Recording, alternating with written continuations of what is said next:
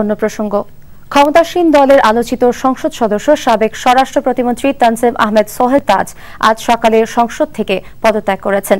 যুক্তরাষ্ট্রের ভার্জিনিয়া থেকে তিনি এই পদত্যাগপত্র সাবেক এপিএস এর মাধ্যমে সংসদ সচিবালয়ে পাঠান। পাশাপাশি সোহেল তাজ 4 পৃষ্ঠার একটি খোলা চিঠি পাঠান সংবাদ মাধ্যমে। ফরিদ আলম জানাচ্ছেন বিস্তারিত।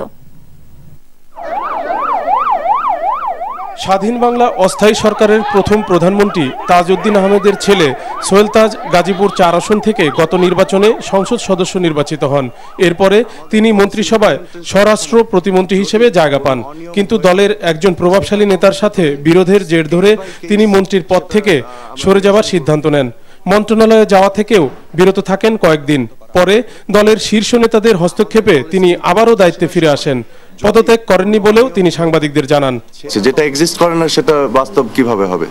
আমি অসুস্থ ছিলাম, আমি আজকে সুস্থ একটু ফিল করছি, আমি অফিসে এসেছি। চলার পথে এবং ভালো কাজ করতে চাইলে প্রতিবন্ধকতা তো আসবে, এটা সবার ক্ষেত্রেই প্রযোজ্য। সোহেল তাজের এই ঘোষণার পর অনেকদিন কেটে গেলেও শেষ পর্যন্ত মন্ত্রণালয়ে তার দপ্তরে আর ফিরে যাননি। এ নিয়ে সংবাদ মাধ্যমে বারবার খবর প্রকাশ হলেও বিষয়টি নিয়ে সোহেল তাজ আর মুখ খোলেননি। তবে তার বেতন ভাতা নিয়মিতভাবে ব্যাংক অ্যাকাউন্টে যাচ্ছিল। অ্যাকাউন্টে বেতন ভাতা পাঠানোর প্রতিবাদে তিনি সম্প্রতি ক্ষোভ জানান। ব্যক্তিগতভাবে সোহেল তাজ খুবই খোলামেলা স্বভাবের, সে কথা সহজেই বোঝা যায় এনটিভির এই সময় অনুষ্ঠানের আলাপচারিতায়।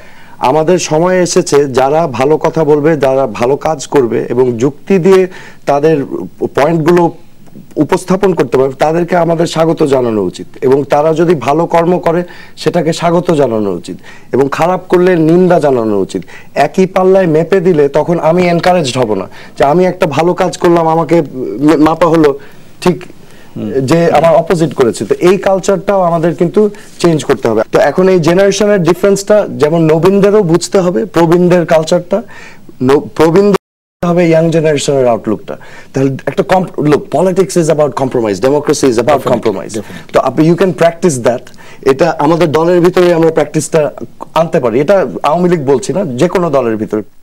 নবীন প্রবীণের কোনো দ্বন্দ্বে কিনা সেটা জানা না গেলেও শেষ পর্যন্ত তিনি সংসদ সদস্য পদও ত্যাগ করলেন। এই মুহূর্তে সোহেল তাজ যুক্তরাষ্ট্রের ভার্জিনিয়ায় অবস্থান করছেন। Farid Alam, NTV news, Dhaka. এদিকে গণমাধ্যমকে পাঠানো খোলা চিঠিতে সোহেল তাজ পদত্যাগের বিষয়টি ব্যাখ্যা করেন। তিনি বলেছেন, কথার পেছনে অনেক কথা থাকে, লুকায়িত থাকে অনেক সত্য, যা দেশ, জনগণ ও দলের বৃহত্তর স্বার্থে জনসম্মুখে বলা উচিত নয়।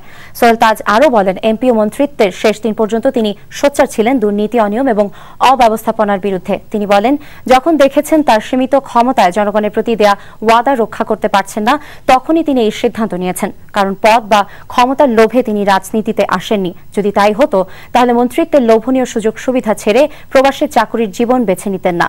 সোহেল তাজ বলেন, মন্ত্রিত্বের শেষ দিন পর্যন্ত তিনি সুশাসনের জন্য কাজ করার চেষ্টা করেছেন।